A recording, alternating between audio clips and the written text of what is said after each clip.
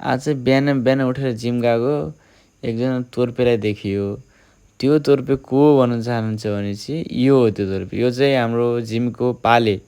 अनि यो चाहिँ बिहान आएर टाइम पास गर्छ हामीसँग, अरू केही काम छैन यसको। अनि मैले भिडियो बनाइदिएँ भनेर दिएको, यहाँ पुरै भिडियो के गर्दै यसले। अनि त्यस पछाडि चाहिँ उहाँ अङ्कलले यसलाई च्यालेन्ज गरिदिनु भयो आर्म रेस्लिङको। अगाडि रेडबुलको च्यालेन्ज गर्नुभएको, अङ्कलले अब सुकेको जिउमा लुकेको बल देख्नुभएछ।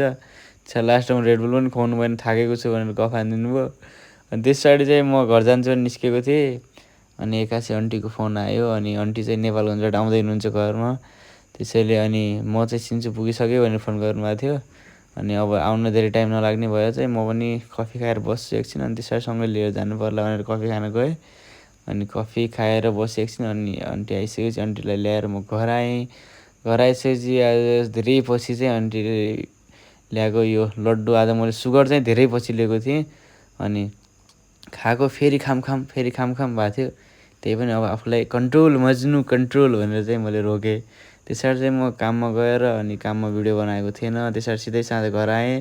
अनि यसो गफगाफ गर्दै बसिरहेको थियौँ। अनि यस्तै हाम्रो गफगाफ चलिरहन्छ। अनि आजको ब्लग पनि यहीँ समाप्त गर्न चाहन्छु। हस्, नमस्ते, बाई बाई।